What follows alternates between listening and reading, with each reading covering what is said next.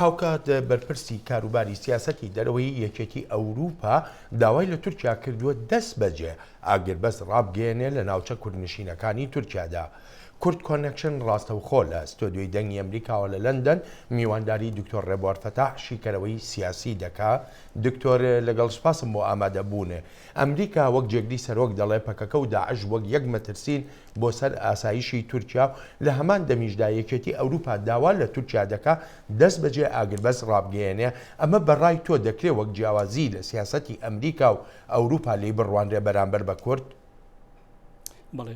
بۆ وەڵامدانەی پرسیارەکە و ڕاستەوخۆ بڵێ گومانیتیانە کە سیاسەتی ئەمریکا و ئەوروپا کەمێک جیاوازە لەسەر کێشەی کورد و لەسەر زۆر کێشەی تریش چونکە بەڕاستی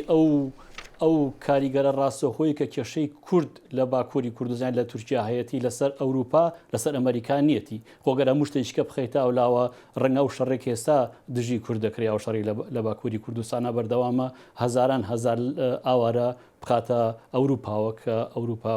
بە شتێکی نەخوازراوی ئەزانێت. ینی بەڕای جەنابە ئەوروپا چەندێک ڕژدە لەسەر چارەسەرکردنی کێشەی کورد لە تورکیادا؟ دیارە کێشەی کورد لە تورکیا کەمێک ئالۆزە لەبەرەوەی کە یەک لایەن نییە نوێنەرایەتی کێشەی کورد بکە کۆمەڵێ لایەن هەن نوێنەرایەتی کێشەی کوردەکەن. ئەو هەوڵەش کە لەگەڵ دانووسانی لە نێوان حکوومەتی تورکیا و پێکەکەی هەوڵدرا ئەو هەوڵەش لە سەر نەکەوت دیارە. ئێستا ینی بڵین ئەوەنگە ئالۆزە بڕوان ناکەم لە چەند ڕۆژی داهاتووە چارەسەرێکی بۆ بزرێتەوە ناوروپا ئەتوانێت بیدۆزێتەوە نە ئەمریکا لەبەرەوەی کە حکوومەتی ئەکەپا ڕەنگە بەرژەوەندی لەوە هەبێت کە دوژمنێک دایمە هەبێ بۆی بتوانێت ڕای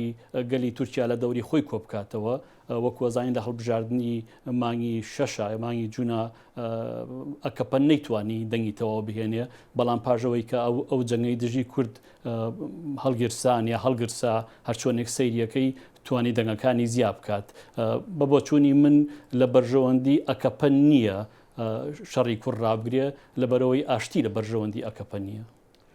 باشە جێگری سەرۆکی ئەمریکی دکتۆر ڕێبوار کە باسی پەکەکە دەکات نەک هەر تەنها بە کۆمەڵێکی تیرۆریستی لە قەڵەمەدا بەڵکو هاوشێوەی داعش دادەنێ و جەبهەتە نەسرا ئەمە تا چەندێک کاردانەوە دەبێت لەسەر پەکەکە خۆی و کارەکانی کە ئێستا بەتایبەتیش لە کاتی کە شەڕ لە ناو شارەکانی کوردنشین لە تورکیادا هەیە. ینی ڕاستی پێویستە کۆمەڵێش دوڕوون بکەمەوە. یەکەم ئەوەی کە دیمان هی پێش پەردە بوو قسەی پێش پەردە بوو نەک پشت پەردە ئێمە نازانین لە پشتی پەردەوە چی ڕوویاوە. ینی کۆمەڵێ بنەماش هەن کە لە مێژووی لە واقعی سەر ئەرزا و لە مێژووە داکوتراون ئەوانەشەوەیە یەکێ لەوانە کە زۆر گرنگە کە تورکیا بۆ ئەمریکا بۆ ئەوروپا زۆر گرنگە بێزگەر لەوە تورکیا ئەندامی نەیتۆیە سەرباری ئەوەش لە لیستی ترۆرە داعش و پێکەکەی لە هەمان ڕەنگە کوردەمەی زۆر پێ ناخۆش بێ بەڵام لە هەمان لیستە هەردووکیان ڕیزبەند کراون. بایدن بە قەناعەتی من خۆشی دیبلۆماتێکی زۆر زیرەک نییە چونکە چەند جارێکی کەش لە قسەکانی خۆی پەشیمان بۆتەوە چونکە ئەوەی کە ئەو زمانی بەکارێنە بە بۆچوونی من نە ڕەنگانەوەی واقعە نە ڕەنگانەوەی سیاسەتی دەرەوەی ئەمریکاشە. لەبەرەوەی بۆ نمونە ئەووتی پێکەکەی نوێنەرایەتی کورد ناکە بۆ ڕەنگە ڕاست بێ نوێنەرایەتی هەموو کورد ناکە بەڵام مانەوە نەمانەوێت دەیان هەزار کوردی باکوور پشگیری لە پێکەکەیەکات. ینی دیارە کێشەیەکی ئالۆزە و بایدنیش خۆی لە هەڵوێستێکی زۆر ئالۆزایە چونکە لەلایەگەیەوێت کە تورکیا بهێنێتە ناو ئەو جەنگەوە کە ناوێ ناوە جەنگی دژی تەرۆر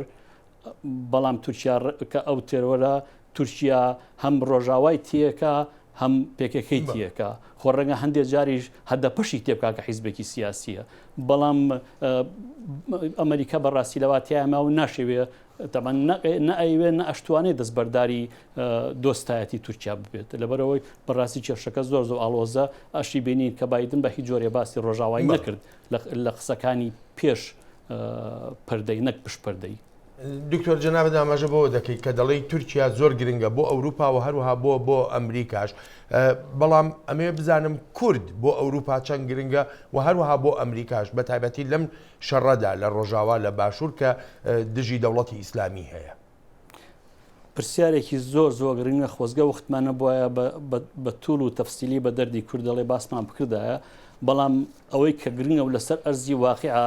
کورد چێیە؟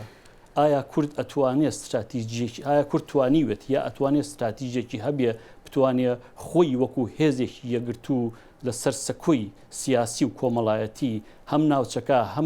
هەم جیهانە بنوێنێ نەخێر نەیتوانیوە. پاشیەوە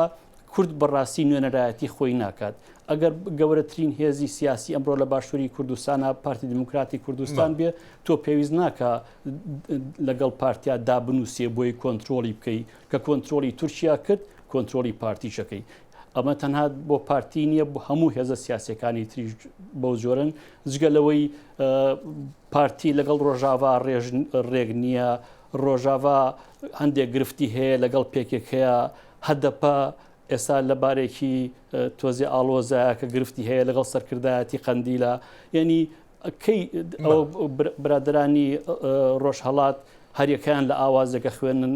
کەی کورتوانی خۆی وەکو هێزێکی سیاسی لە ناوچەکە بنوێنێ کە ئەمە زۆر گرنگە ئەو وەختە ڕەنگە حسابێکی بۆ بکرێت حسابێکی استراتیژی بۆ بکرێت و بکرێتە ناو هاوکێشە سیاسیەکانەوە هاوکێشە سیاسێت نێودەوڵەتەکانەوە بەڵام بەو جۆرەی کە ئێستا کورد ئەتوانم بڵێم کە کۆمەڵی هێزی پچکۆلن لەلایەن ڕژێمەکانی ناوچەکەەوە تا ڕادەیەکی زۆر کۆنتترۆل کراون نابن بە هێزێکی سیاسی لە سەکۆی جیهانە. دکتۆر ڕێبوار باسی شەڕی داعش و ڕۆلی تورکیا ئەگەر بکەینەوە کە تایبەت سەردانەکەی بایدن بەو مەبەستە بوو باسی یەپەگا هەلبەت لە تورکیا نەکرا بەڵام یەپەگا وەکو تورکەکان وا بۆ دەچن کە لایەنگری پێکەکەی و ئەویش گروپێکە کە حەز ناکەن دەسەڵاتیان هەبێ. تورکیا چ ڕۆڵێکی دەبێ ئەگەر دژایەتی یەپەگە بکات لە سووریا کە هێزی هەرە کاریگەرن لە شەڕی داعشدا؟ ینی بە بۆچوونی من تورکیا دژایەتی هەموو یەکەیەکی سیاسی و ئیداری کوردی ئەکات لە هەر جێگەیەک بێ لەم جیهانە چونکە تورکیا کوردۆفۆبیایەکی هەیە و ئەزانێ ئەگەر ئەو کوردەی ئەو لە هەر ناوچەیەکە دەسەڵاتی هەبێ یا بێ بە یەکەیەکی سیاسی و کۆمەڵایەتی و ئیداری ئەمە هەڕەشەیە لەسەردا بەشبوونی تورکیا کە ئەمە ڕاز نییە. بەڵام ینی بۆ تورکیا نازان بەڵام ئەکەپە بە هیچ جۆرێ سڵ ناکاتەوە لەوەی کە دوژمنایەتی ڕۆژاوا بکات دیارە ڕەنگە ینی ئەگەر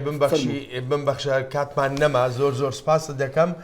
بۆ بەشداری لە بەرنامەی ئەمڕۆی کورد کۆنێکشندا.